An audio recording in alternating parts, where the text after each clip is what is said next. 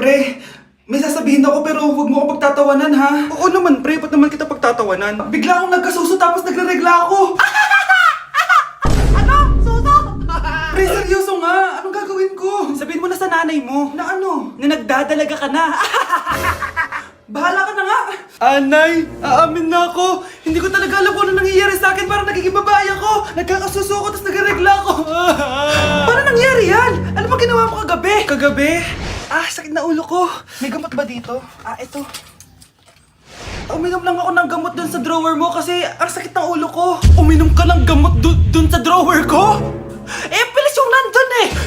Pilis yung nainom ko. Okay lang yan anak, tanggap na kita. May dalaga na ako. Naiyo ko maging babae. Lalaki ako. Paano na yung nililigawan ko? Huwag kang mag-alala pre. Ako na lang manliligaw sa'yo. Dapat pala pinutol ko na lang yung ulo ko.